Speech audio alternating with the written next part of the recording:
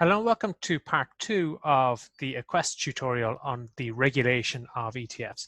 My name is Danny Lawlor and I will be your tutor for this lesson. I am the lead facilitator at Aquest, the former head of the funds policy team at the Central Bank of Ireland, and a funds lawyer by training. In the first part of our ETF tutorials, which you'll find in the library in Aquest Academy, we looked at a general introduction to ETFs to understand the difference between an exchange-traded fund and a regular investment fund. And we also looked at the operation of ETFs. We looked at a lot of the jargon and the terminology, but in particular, we focused on the part of an ETF that allows its shares to be traded actively on an exchange, which is really the key difference between an exchange-traded fund and a regular investment fund or mutual fund. So in this part 2 of the ETF tutorial, we're going to look at the bespoke rules applicable to ETFs. So those rules that apply to ETFs, but not to any other type of investment fund. We're going to look at some of the key provisions that you will find in a prospectus for an ETF, particularly those that you're going to find in an ETF prospectus, but you're not going to find in a prospectus for a regular investment fund. We're going to wrap up then by quickly looking at the Central Bank's ETF discussion paper, which came out back in 2017, but is still very relevant today as we look at the risks and the thinking that regulators have around exchange-traded funds and look at some of the possible future developments that may be coming down the tracks for the regulation, particularly of ETFs. So with that, let us begin by looking at the bespoke rules that apply to ETFs, and I said not to other types of mutual funds. Now, in fact, there are actually very few ETF-specific rules in the EU. For the most part, European ETFs and Irish ETFs are structured as UCITS, and we'll look at that in a moment. And so what we have then in terms of specific rules for ETFs are the ESMA ETF Guidelines. They're called ETF and other UCITS issues guidelines, but that section of those guidelines that deals with ETFs is specific to this type of product. So we're going to take a look at them. In the UCITS rules, as I said, nearly all European ETFs are set up as UCITS. There are some rules in there that are going to be particularly applicable to ETFs. So there's no rules in there that are actually just for ETFs, but as I've highlighted here, the index rules and the funds for the rules for index funds are especially relevant to ETFs because by and large, as it stands today, almost all ETFs are index tracking funds. Then you will have some specific stock exchange rules. So we're not going to go through those in this tutorial, but you do need to bear in mind that because exchange traded funds are both funds and have a listing and are actively traded on an exchange, they will have rules that are generated from the funds world and also rules that are generated from stock exchanges. And those rules will vary depending on the stock exchange that the fund, that the ETF is listed on. But you can expect things like rules around production of indicative NAVs, INAVs, and the frequency at which they have to be there. And also perhaps rules around having to have market makers or authorized participants, a minimum number of them, or having somebody there to make prices like official liquidity providers. So do bear in mind that there are often specific stock exchange rules that apply. But let's take a look firstly at the ESMA rules, ESMA guidelines for competent authorities and UCITS management companies on ETFs and other UCITS issues.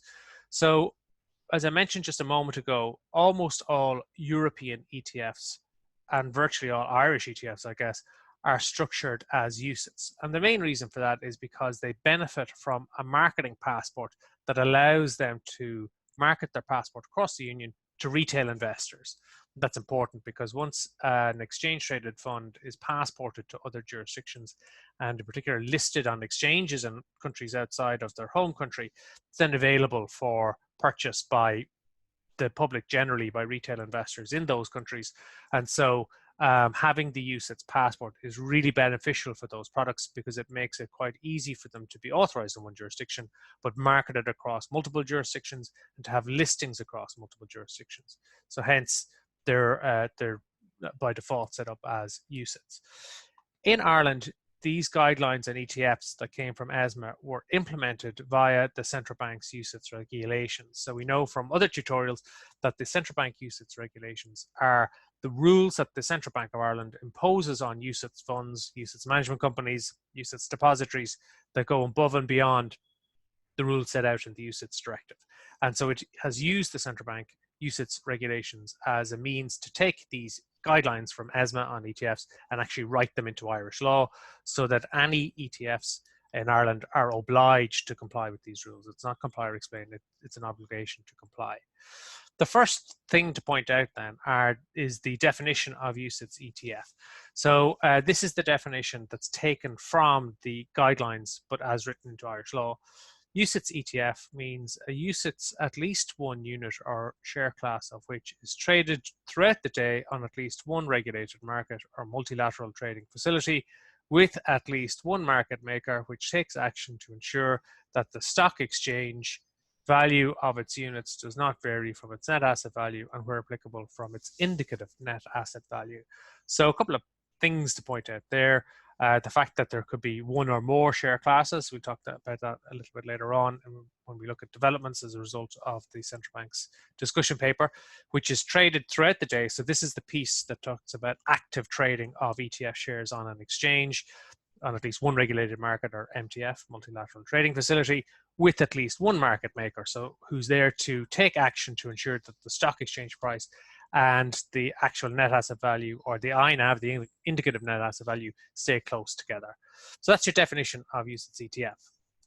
In terms of rules then, the first is that any UCITS ETF must use the identifier UCITS ETF in its title so that it is very obvious to investors that the product they're dealing with is a UCITS ETF. The next rule is that ETFs must disclose their policy on portfolio transparency. So the rule is kind of interesting here. It's not a rule that requires portfolio transparency or requires a certain level of portfolio transparency. It's a rule that requires ETFs to disclose their policy on portfolio transparency. So it does seem to give some flexibility to the ETF and the ETF provider to determine the level of transparency that they want.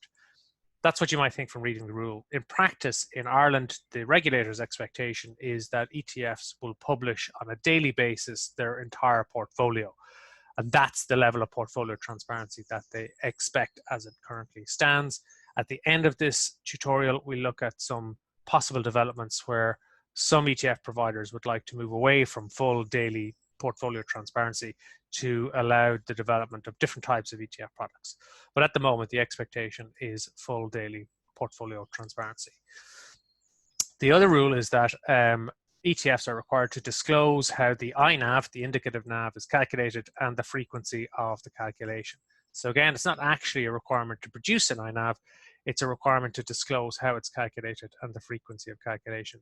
So you can interpret from that, reading between the lines, that the assumption is that you, as an ETF, will have an INAV, and that, of course, is what happens. It's usually a requirement of the stock exchange rather than a requirement of the regulator, but there does need to be an INAV. It's quite an essential feature for the operation of ETFs, that there's an INAV that investors and other market stakeholders can keep track of to see how the INAV is performing compared with the exchange traded price. And so from a rules perspective, you have to disclose how it's calculated and the frequency of that calculation. Where you have an active ETF, and we know that most ETFs as it stands today are passive, and we looked at the difference between passive and active in lesson 1. Where you have an active ETF, you must disclose, firstly, the fact that it is an active ETF, and also you have to disclose how it will meet its investment policy. So not a very difficult rule to comply with there, because of course all investment funds have to disclose what their policy is and how they're going to meet it. But particularly important for active ETFs, where they're doing more than most ETFs, which are passive, which is simply tracking an index. You've got to disclose what your policy is and the strategy you're going to deploy to pursue that policy. The last rule I want to point out then is this rule about the treatment of secondary market investors. It's quite an important one. Where the stock exchange value of the units of a UCITS ETF varies significantly from its net asset value, the responsible person shall ensure that an investor who has acquired a unit, or where applicable, any right to acquire a unit that was granted by way of distributing a respective unit on the secondary market, may sell the unit back to the UCITS ETF directly. So this is a rule that requires those investors who bought their shares on the secondary market, and we know from lesson 1 that mostly the investors in an ETF have bought their shares on the secondary market.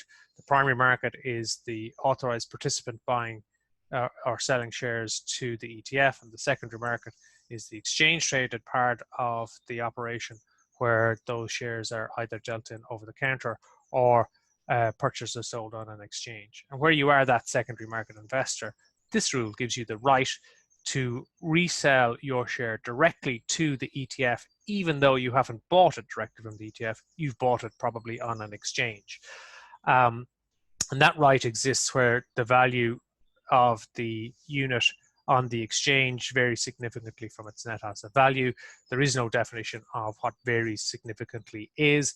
And as you can imagine, it can be quite tricky, I guess, to comply with this rule in practice, because when you look at how share registers are set up and the use of nominees, it might be difficult for an ETF to know who the secondary investors are. So there's some operational issues there to sort out in order to be able to comply with the rule. But this is the approach. If you have bought your share on the secondary market and there's a gap between the NAV and the exchange traded price, you have the right to have that share redeemed directly by the fund at NAV. The other set of rules that I wanted to point out are the UCITS index replication rules set out in the UCITS directive and in Ireland then transposed via the Irish UCITS regulations. So these are UCITS rules that are particularly applicable and relevant to exchange traded funds because so many exchange traded funds are index tracking funds or index replicating funds. But just to bear in mind that these are not specifically just for ETFs. If you have a regular investment fund, UCITS, that is tracking an index, then these rules will apply too. So what do the rules say? Without prejudice to the limits specified in Regulation 74, so your regular 5, 10, 40 investment limits, the limit in Regulation 71A is raised to 20% for investments in shares or debt securities or both issued by the same body when according to the trustee deed of constitution or articles of incorporation, the aim of the UCITS investment policy is to replicate the composition of a certain stock or debt securities index, which is recognized the bank on the following basis: that the index's composition is sufficiently diversified, the index represents an adequate benchmark for the market to which it refers, and the index is published in an appropriate manner. So what does all of that mean? What it means is that if you are a UCITS fund and your investment objective is to replicate the composition of an index, so you're going to replicate an index, then the 5, 10, 40 rule doesn't apply. You actually get more flexibility and you are allowed to go up to 20% in individual issuers, provided the index has a composition that's sufficiently diversified, represents an adequate benchmark, and it is appropriately published. So where the index meets those criteria, and the fund is going to replicate the composition of the index, then it's entitled to go up to 20%. But further than that, it goes on to say the bank may raise this limit of 20% to a maximum of 35%, where that proves to be justified by exceptional market conditions, in particular in regulated markets where certain transferable securities or money market instruments are highly dominant. The investment up to this limit is only permitted for a single issuer. So what this says is not only can a UCITS fund that's replicating an index apply an increased limit of 20%, but for one underlying security, that limit can go all the way up to 35%. So if you're a UCITS index replicating fund, you can invest up to 35% in one constituent and up to 20% in other constituents, provided the policy is to replicate the composition of the index and the index meets the criteria that we saw there about being sufficiently diversified, adequate benchmark, and published. So that does give quite a bit of flexibility to index replicating UCITS. Where this might apply, for example, is if you have an index where one player is particularly dominant. So for example, take MSCI Russia, I think it has one constituent that's Gazprom, which is a large gas and oil company, and it makes up, let's say, 30% of the index. So if you're an index fund and you want to accurately replicate the underlying index, you couldn't do that if you had to comply with the 5, 10, 40 rule. But under this rule, you can do that because you can go all the way up to 35% in one issuer, provided there's exceptional market conditions. And those would include the fact that you've got one player in a particular index that's just a very large part of that index. So it's worth bearing in mind these flexibilities. They only apply where the fund is an index replicator fund, and that approach is taken quite strictly by the regulator. So the regulator does expect that any fund availing of the 20-35% flexibility, all they are doing is buying the constituents of the index in the same weightings that they're in the index. And we look, as we go through this part of the tutorial, on some key provisions in a prospectus. And in there, you'll see language around a fund being a replicator fund versus a tracker fund. And sometimes tracking funds do things called optimization, where they don't necessarily buy all of the underlying securities in the index. For an index replicating fund, the expectation is that you won't be optimizing. You will be simply buying all of the constituents of the index. But as I said, worth bearing in mind that that flexibility does exist and is often used by ETFs where the index that they're tracking is more concentrated than you would normally expect. So in this part of the tutorial, we're going to look at some of the key provisions that you're likely to see in an ETF prospectus and compared to what you'd normally see in a prospectus for other UCITS funds. So a couple of things to point out. Most ETFs are structured as corporates with a separate management company. It's quite rare, and I don't even know at this stage if you would see any ETFs that are structured as SMICs, and you don't tend to see them structured as unit trusts. The easiest and most efficient way to structure ETFs is corporates. So in Ireland, that's an ICAV or a PLC with an external management company. That makes it easier when it comes to the TER, or the total expense ratio, when it comes to managing the fees paid by the fund ETF. And so what that means is typically an ETF will pay one fee to the management company called the total expense ratio. That would be set at, let's say, 0.2%, so 20 basis points or 50 basis points. And that's what they pay to the Manco. And out of that, the Manco is responsible for paying all of the other fees associated with the fund. So from an investor's perspective, you know exactly how much you're going to pay every year in fees. From a management company's perspective, of course, the aim is to ensure there's more coming in from the fund than is going out to all of the different service providers. So you're going to need to get that AUM level up to a number that makes it viable to run the fund. And it's easier to have this one fee structure where there's a management company in place compared to doing it as a self-managed investment company. Mostly ETFs are going to be set up as umbrella funds, and usually you're going to see them get to about 30 sub-funds before they've kind of reached maximum capacity. So there's no rule that says you can't have 31 funds or 100 funds, but in practice, when you get to above that number of around 30, and it's only a rule of thumb, but once you get above that, it starts to get a bit unwieldy when it comes to things like managing your foreign registrations, production of accounts, production of prospectuses, and prospectus updates. So typically you get to around 30 sub-funds, and you see ETF providers then look to establish a new umbrella to house the next set of ETFs that they want to set up.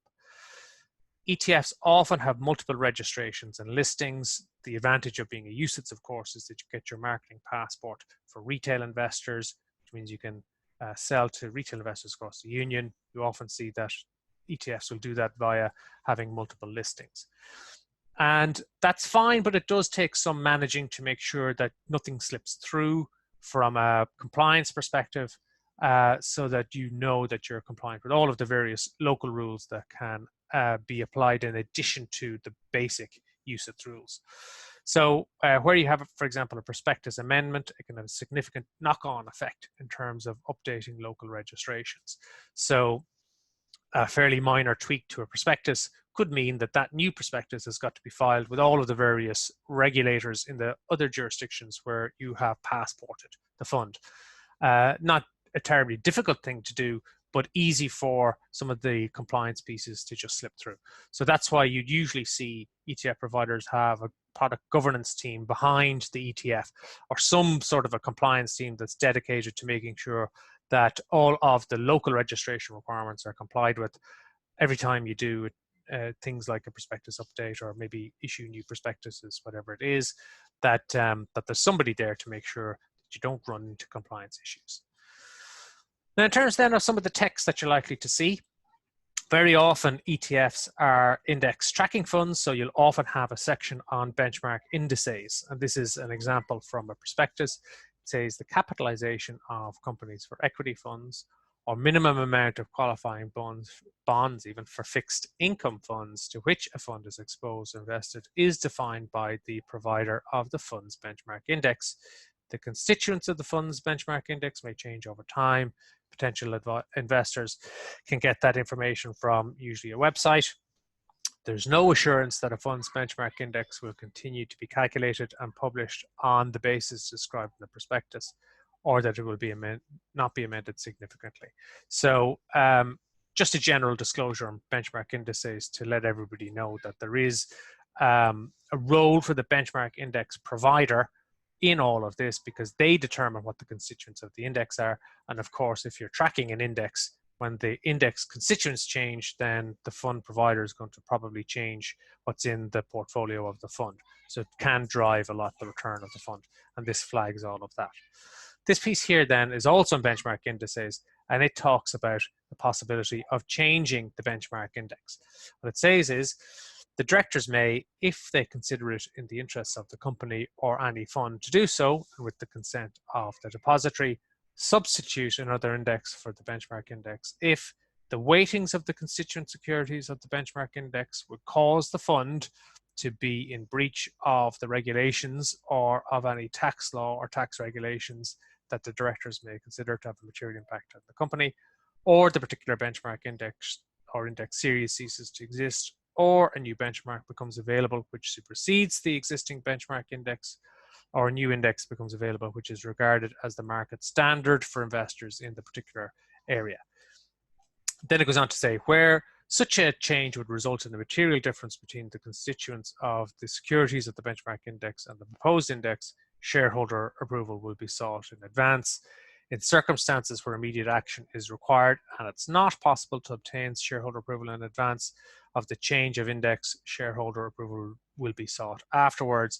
And it goes on to say, in any event, where there will be regulator approval in advance.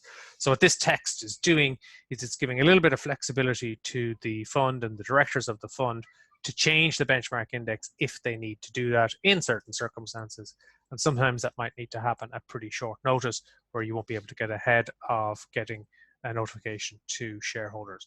So it's really just adding that bit of flexibility in case this is required in the future. Next section of the prospectus to think about is the investment objective and policies section, which you'll find in every prospectus, of course. For ETFs, you'll generally find that the investment objective piece will say that the fund will provide investors with a return which reflects the return of the benchmark index, if it's an index tracking fund.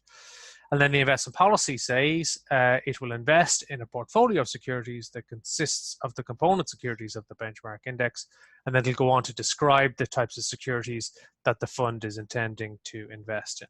Like a lot of funds, you will usually build in some flexibility where you're saying we intend to invest in these securities because they make up the constituents of the index, but we may end up in FDIs or depository receipts or some other instruments at times in order to help us to better track the underlying index. So you'll usually find some flexibility built in there. If you are an index replicator fund, so that's what we call those funds that are availing of that additional flexibility to go up to 20% in individual issuers and 35% for one issuer, you're going to set that out very clearly in your investment policy section. In fact, you'd usually see it highlighted in bold to say, we are an index replicator taking advantage of these additional flexibilities. Investment techniques. So I mentioned a little bit earlier that that funds, index tracking funds, sometimes don't invest in all of the securities. They do things like optimization. And this section on investment techniques is usually where that kind of flexibility would be set out. So what this prospectus does is, firstly, it talks about rebalancing. So let me just read what it says. The constituent securities of the benchmark index change from time to time. That's called a rebalancing. The investment manager may adopt a variety of strategies when investing the assets of the fund to bring it in line with the rebalanced benchmark index.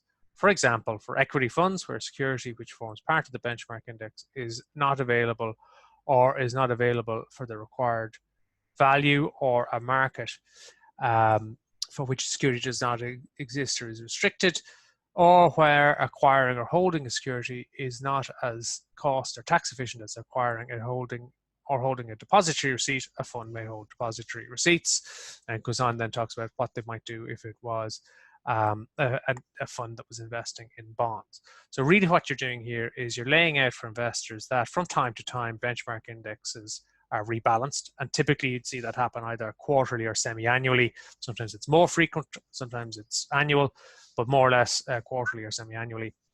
And at that time, the benchmark index provider will rebalance the index, and you'll find that maybe some companies, for example, that were constituents of the index get removed from the index and new companies get brought in, or constituents that were 3% of the index get rebalanced and now they're 5% of the index.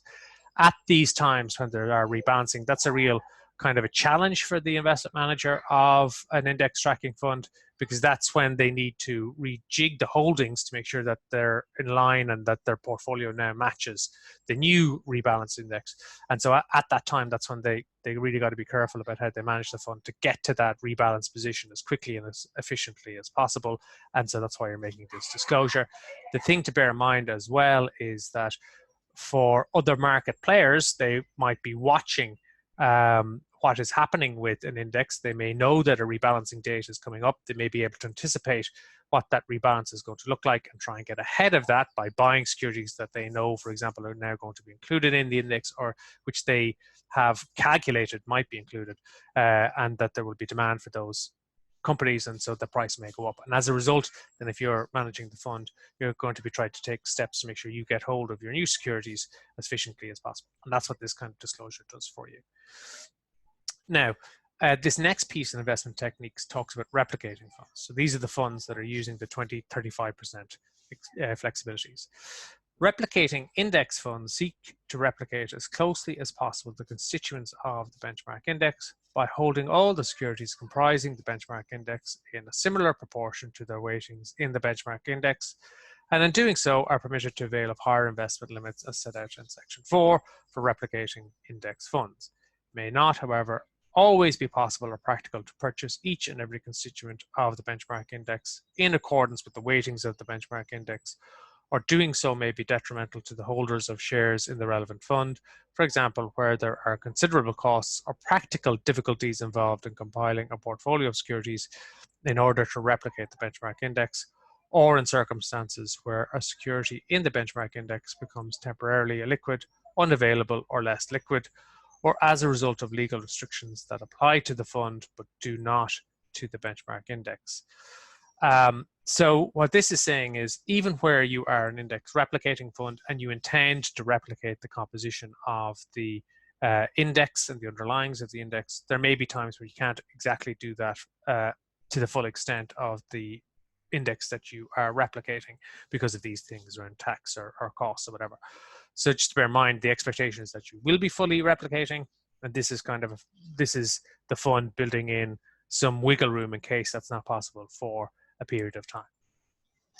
Non-replicating funds. So this is where we talk about optimization. So let's see what this says. Certain funds may not be replicating index funds for the purposes of the regulations and are therefore not permitted to avail of the higher investment limits of 20 and 35%. Instead, they may use optimization techniques to achieve their investment objective.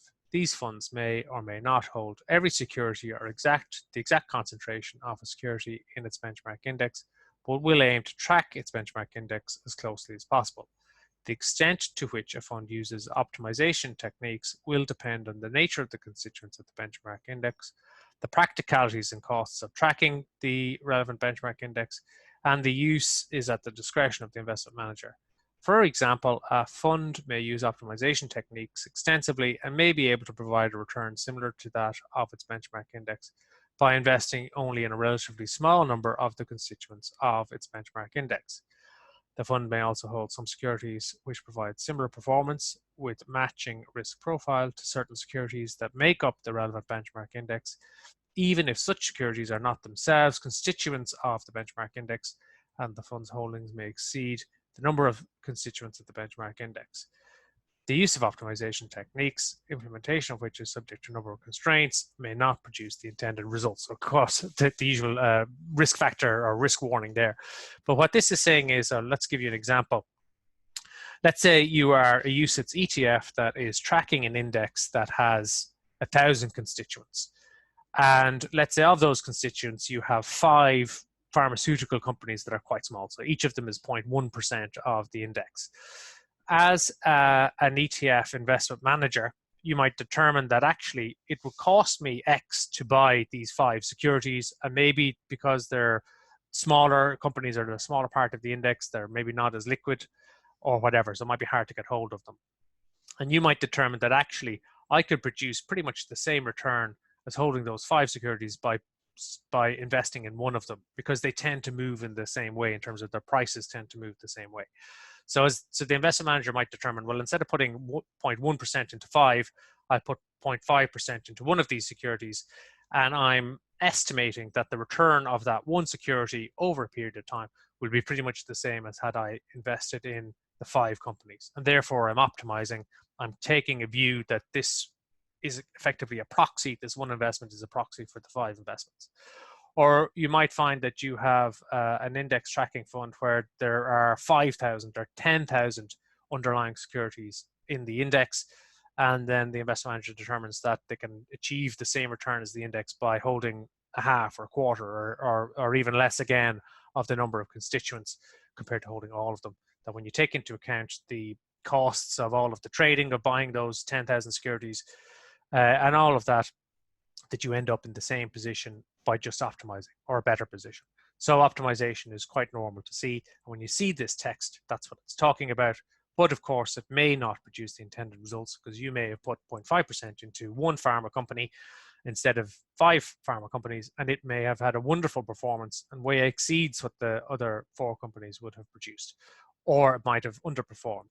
So you are taking a risk that the way that you've optimized helps you to reflect the performance of the index, and that may not happen.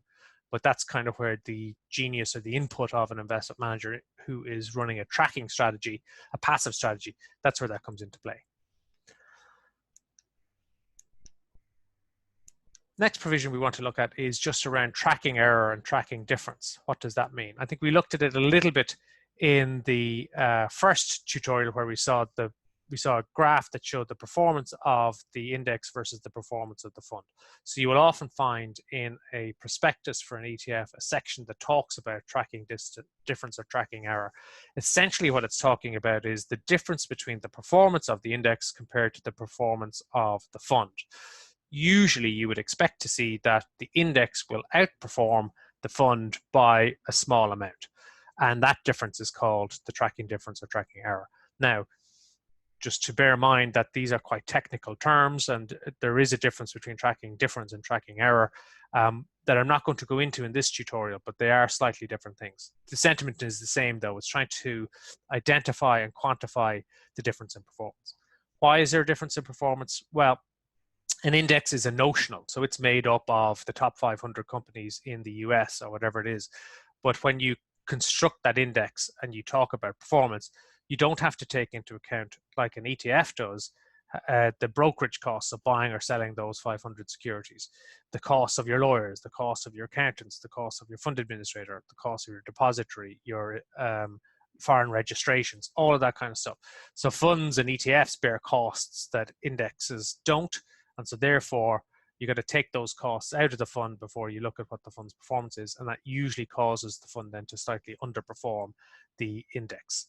So that's where you'll see a tracking difference or tracking error, and the good investment managers and the good ETFs will aim to keep that difference as low as possible, so that they'll try and get within a few basis points or whatever of the actual performance of the index.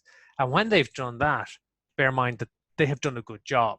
So if the fund is up 10% and the index is up 10.1%, then the fund has done a good job. If the index is down 10% and the fund is down 5%, the fund has actually done a bad job. So if the index is down 10 and the fund is down 5, the fund has a tracking error of 5%, which is quite large. So it actually has done a pretty poor job. Even though if you're an investor, you're happier, of course, because you've lost 5% instead of 10%. If the index is down 10 and the fund is down 10.1, then the fund has actually done a good job.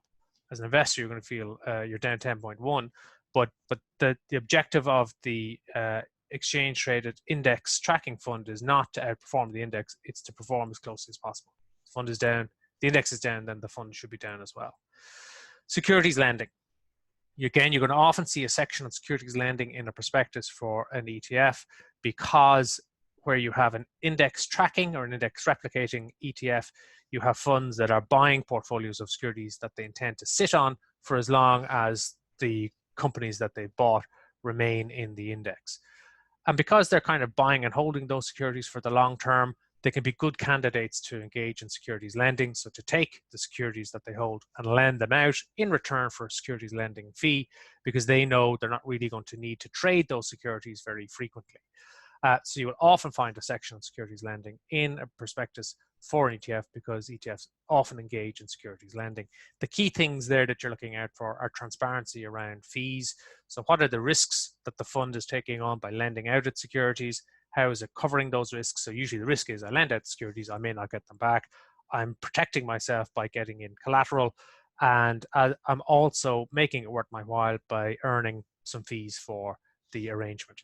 Securities lending agent will earn some fees as well. And so as an investor, you're trying to judge whether the amount of income that the fund is earning extra as a result of engaging in securities lending makes it worth taking on the risk that the securities may not be returned to you when you need them. The other section I want to mention here now is the fees piece, the total expense ratio fees. I talked about at the very start of this lesson. Often ETFs will pay a one fee called a total expense ratio to the management company, and the management company is then responsible for discharging out of that fee all of the other fees associated with the ETF. One of the consequences of that is you might find that the management company becomes a party to agreements that they wouldn't typically be a party to. For example, the depository is always appointed by the fund. So the ICAV or the PLC will appoint the depository because that's the legal requirement. But because the fund management company is going to be responsible for paying the depository out of the TER, out of the fee it gets from the fund, you'd often see that the management company will be a party to the depository agreement, not to make the appointment because they're not empowered to do that, but to commit to paying the fees to the depository. So keep an eye out for that. Risk factors. So like a lot of fund prospectuses, you will find pages and pages and pages of risk factors that set out what might go wrong. Now, a word to the wise, if you're new to ETFs particularly, and are working through an ETF prospectus and you're getting lost a little bit in the terminology, or you're struggling to understand some of the concepts, jump to the risk factor section, because you'll often find a better explanation as to what the concept is in the risk factor section. So if you go there, you might find the concept well explained, even though that might be later on in the prospectus. Jump ahead and take a look and see if the concept is there, because you usually get a pretty decent explanation. Here's a couple that I've picked out. I thought they were especially relevant and interesting and good explanations. So passive investment risk. The funds are not actively managed and may be affected by a general decline in market segments related to their respective benchmark indexes. The funds invest in securities included in or representative of their respective benchmark indices, and the funds do not attempt to take defensive positions under any market conditions, including declining markets. That goes to what I just mentioned in the previous slide. So if the index is up 10, the fund will be up 9.9. If the index is down 10, the fund will be down 10.1. The fund does not take steps to stop its value declining. So if it can see that the index is going down, the fund won't actively sell out of positions to try and minimize its losses. That's not the job of an index tracking fund. The job of an index tracking fund is to give you the return of the index. So if the index is down 10%, they're going to aim to be down as close to 10% as they can. So if you're an investor, you need to bear that in mind, that the fund will not be taking steps to minimize losses. They'll be trying to match the performance of the index. Index tracking risks.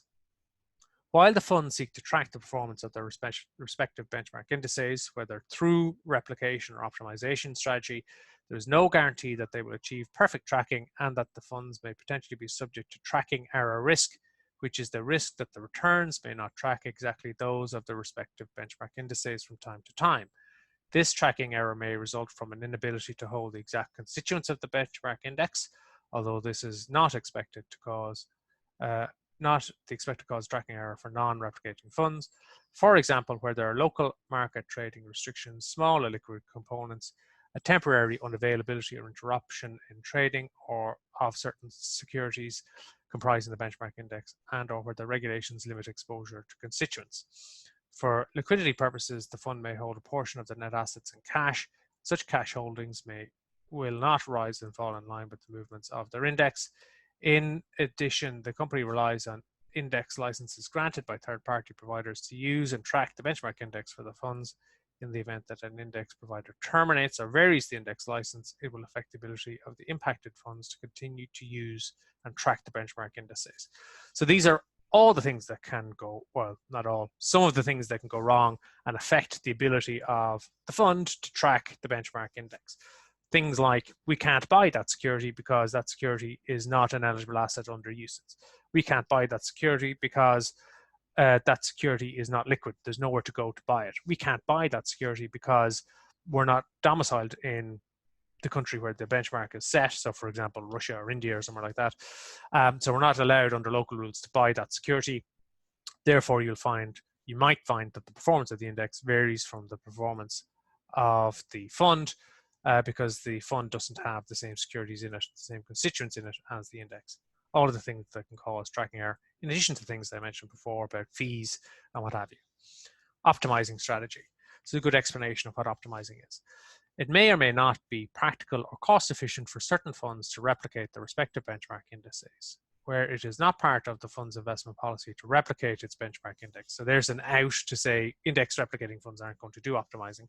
Such funds may use optimization techniques to track the performance of their respective benchmark indices. Optimization techniques may include the strategic selection of some rather than all of securities that make up the benchmark index, holding securities in proportions that differ from the proportions of the benchmark index, and or the use of FDI, that's financial derivative instruments, to track the performance of certain securities that make up the benchmark index. The investment manager may also select securities which are not underlying constituents of the benchmark index, where such securities provide similar performance with matching risk profile to certain securities that make up the relevant benchmark index. Optimizing funds may potentially be subject to tracking error risk, which is the risk that their returns may not track exactly those of their respective benchmark indices. So again, there's a good explanation of what optimizing is, and the fact that just because you're optimizing doesn't mean you'll be able to give the exact performance of the underlying index. To wrap up then, we've got the authorized participant concentration risk. So only an authorized participant may engage in creation or redemption transactions directly with the funds. Certain funds have a limited number of institutions that act as authorized participants.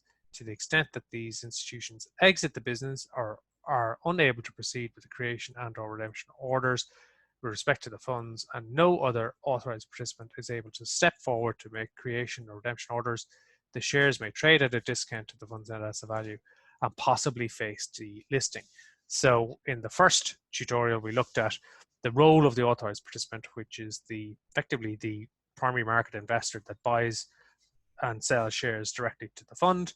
And this risk factor is telling you we don't have a minimum number, and the ones that we have may walk away and may not be able or willing to engage, and nobody might step up to take their place, in which case, if you are a secondary market investor, you may find that if you want to sell your shares, you're going to get a discount to the net asset value because there isn't a market maker there to buy the shares at a level that keeps them close to the NAV. Secondary trading risk.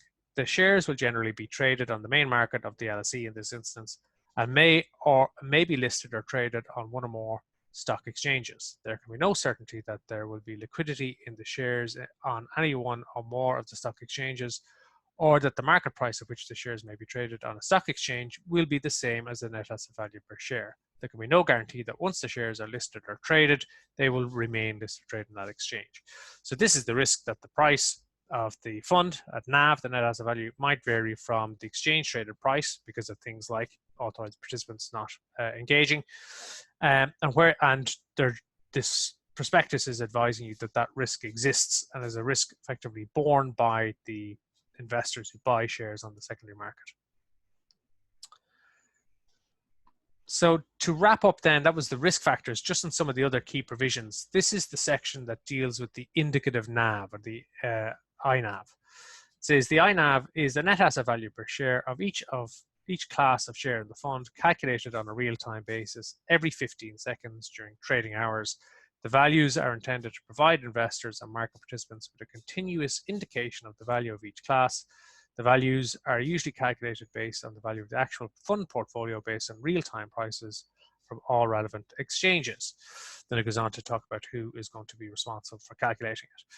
There's no regulatory requirement to publish an INAV, but it might be imposed as a condition of listing. In fact, you can be pretty much certain if you're running an ETF, you would be required to produce an INAV, or required to ensure that somebody is producing an INAV. So the INAV is this indicative NAV. It's like a shadow NAV that's calculated every 15 seconds. So from a funds perspective, from an ETF perspective, these are daily dealing funds that will calculate the official net asset value every day, usually at the end of the day. And that's the official price at which they buy or sell their units to their authorized participants. But during the course of the day, this INAV provider will calculate a shadow value for the fund. So what they do is they take the portfolio that the fund has been required to disclose every day via the portfolio composition file. So they take that and they calculate every 15 seconds what that portfolio is worth to produce this INAV. So if I'm either an investor in the secondary market or a market maker or an authorized participant, I'm monitoring to see what the current value of the fund is at its net asset value compared to what the exchange price is. And that is what the indicative NAV does. Bear in mind that often very sophisticated market players and authorized participants will calculate their own indicative NAV. They won't rely on the INAV produced by the exchange or by somebody on behalf of the fund. They may feel that every 15 seconds isn't sufficiently quick. It's actually stale. So they'll be looking to do it every 5 seconds or even more frequently than that. But that is another feature of the ETFs that you don't see elsewhere, which is the existence of the INAV. In this section, you'll often find an exclusion of liability. So the fund will say, well, we're going to produce this INAV as a matter of information and transparency. But if there is an error, or if somebody acts based on this INAV and finds that it was actually slightly out, that they're not going to be responsible for that. So to conclude this tutorial, I want to look a little bit at this central bank discussion paper on exchange traded funds, which was published back in 2017, but is still very much relevant for the world of regulation of ETFs and to understand the thinking of regulators around ETFs as it stands today. It was published by the Central Bank of Ireland because the Central Bank of Ireland is the regulator for the second largest amount of ETFs internationally. So the US is the biggest market for ETFs, and then Ireland is the second largest domicile for ETFs. So the regulator published this discussion paper where they identified a number of themes that they were interested in and asked some questions and identified some possible rule developments, and we've seen some of those come to pass since then. So the overarching themes that the regulator identified, and you should be aware of these if you're in the ETF industry or you're dealing with ETFs, these are the kinds of things that as a regulator you would like to know more about, or not that you're necessarily concerned, but certainly things that you want to understand better. Do investors genuinely understand ETFs? Are retail investors' expectations aligned with how ETFs could perform in stressed market conditions? Do investors expect ETFs to trade in all market conditions? Do investors believe they have the same protection as investors of record? So working through some of those concepts, do investors think that regardless of what volatility or stress is in the marketplace, they'll always be able to sell their ETF share on an exchange and get a price that's pretty close to the net asset value? There's no guarantees that that will be the case, but perhaps as a retail investor, you're not necessarily digging through all the ins and outs of the operation of ETFs, and this is your general expectation. So is that the case? do investors believe that the same protection as investors of record? So pretty much investors who buy in the secondary market are not, more or less, not going to appear on the share register of the fund. They'll be in some nominee arrangement usually. And if you're an investor of record, you have certain rights. You're recognized as being a shareholder in the company. If you're on a secondary register or in some sort of a nominee arrangement, you're not an investor of record. Do you understand that that is the case and that you're not going to be in the same position? Liquidity was the second overarching theme. Secondary trading does not necessarily require an ETF to access its underlying market. The liquidity of an ETF can be greater than its underlying assets. So you can often have the case where you'll see a lot of trading in an ETF, and then you'll assume, gosh, that the securities that underlie that index must be very liquid because the fund, the ETF, is trading all the time. But often what can happen is the trading at secondary market level will often take place between one secondary market investor and another secondary market investor.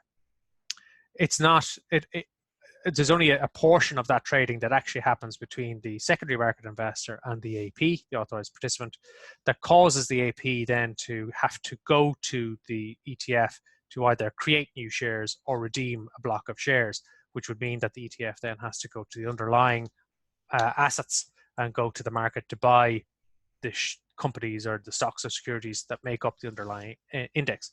So you might see 100 trades in an ETF, but actually 90 of those take place on the secondary market and don't require any interaction between the fund and the underlying assets, which gives the impression that there's lots of liquidity in the ETF and in the underlyings, when actually a lot of the trading is taking place just at secondary market level. So that's something that regulators have, the regulator in Ireland has queried and looking to understand better.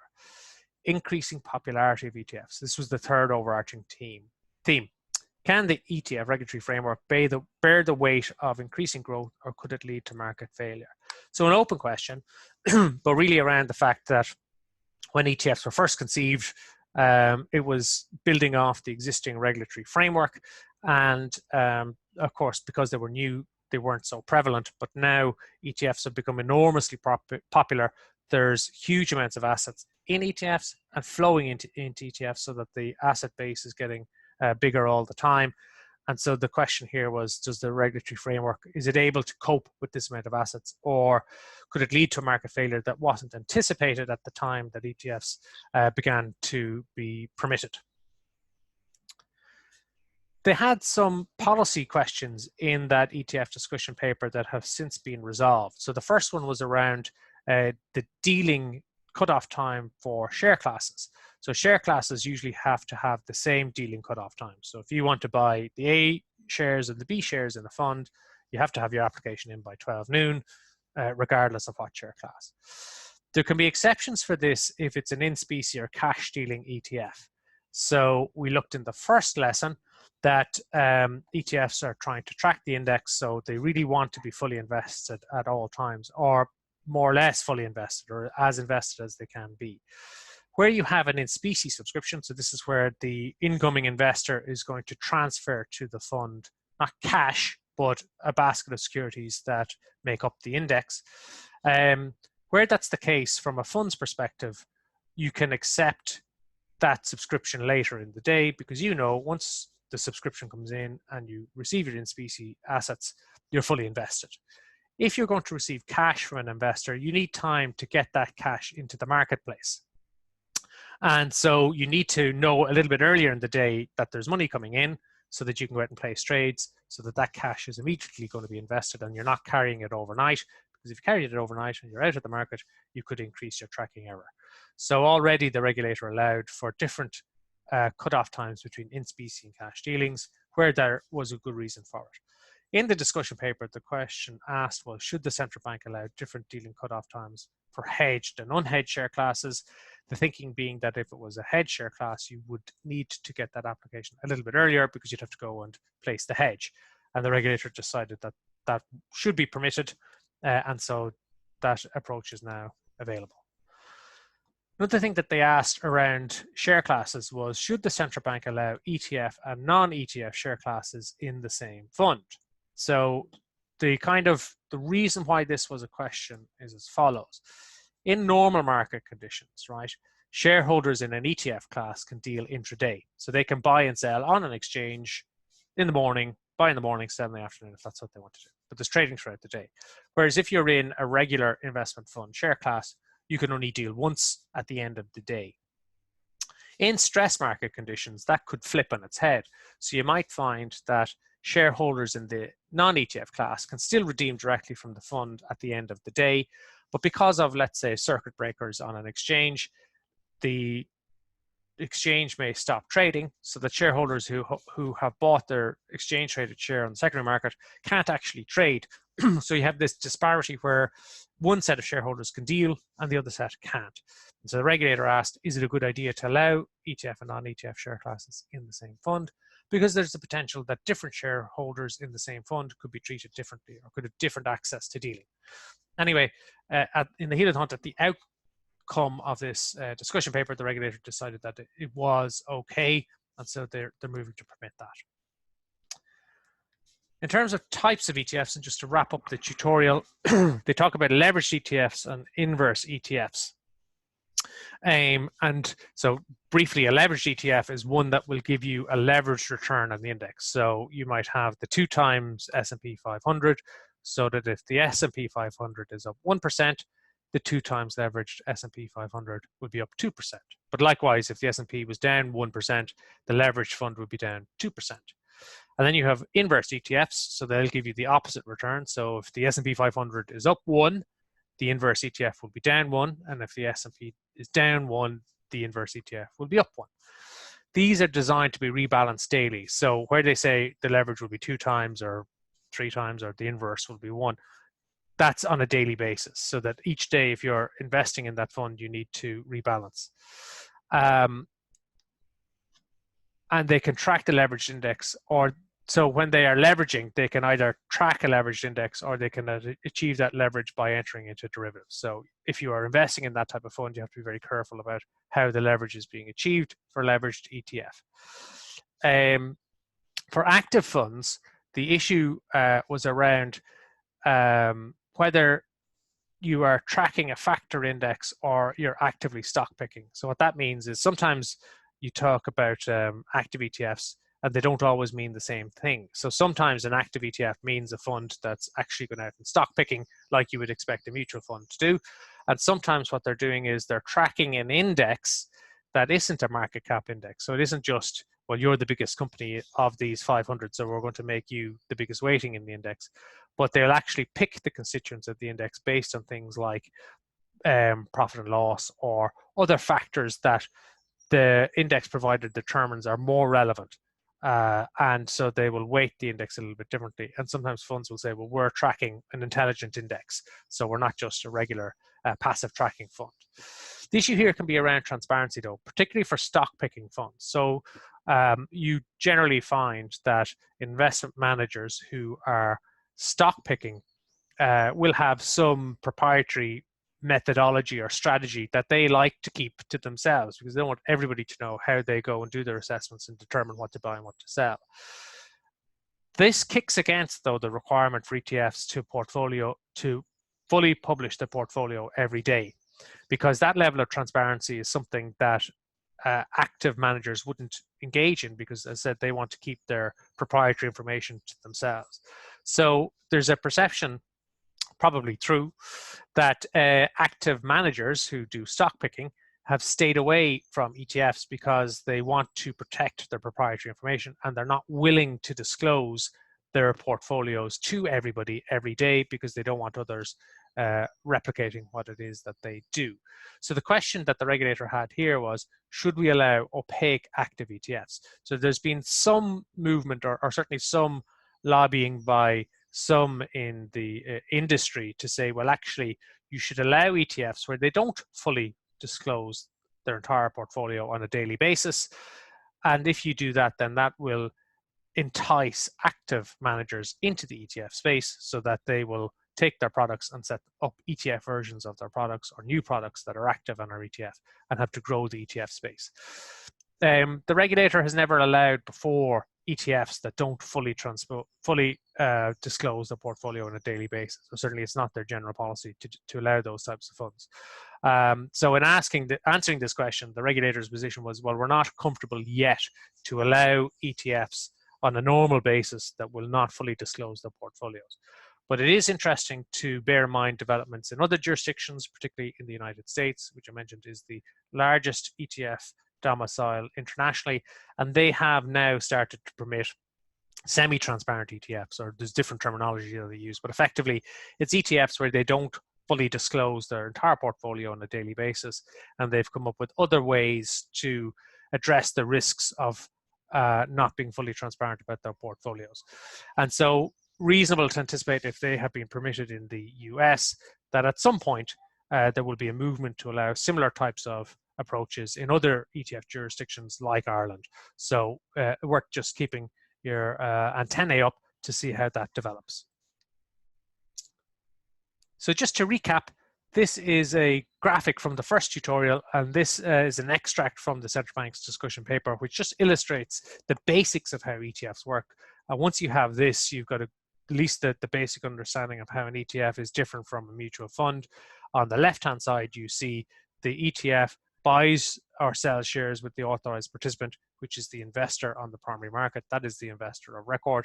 Having bought those shares, the AP then brings them to an exchange. This is where on the right-hand side, you have the secondary market. This is the trading that takes place in the shares of an ETF outside of the primary market. So you're not dealing directly with the ETF, you're dealing with somebody else. And the authorized participant will either hold their ETF shares and then trade them over the counter bilaterally with investors, or they will trade them on an exchange where they're either bought by investors directly or bought by brokers. And the AP sits then between the ETF and the end investors on the secondary market and sells to the buyers on the secondary market and buys from the sellers on the secondary market, and then is able to close out those positions by either creating new shares with the ETF or redeeming shares from the ETF. And it is that fact that the ETF can issue more shares or redeem shares at any time that makes the ETF different than regular companies that are listed or traded on exchange, where you effectively have a finite amount of shares. With an ETF, you effectively have an infinite amount of shares within reason. And that's kind of the genius of the ETF, and where the particular complications or complexities come in with running ETFs. So that concludes the tutorial on the regulation of ETFs. I hope you enjoyed it. If you want to see part 1, that's in the library for Funds Masterclass, available through Aquest Academy. Otherwise, any queries, just get in touch through aquest.ie. Thanks very much for listening. We hope you enjoyed it.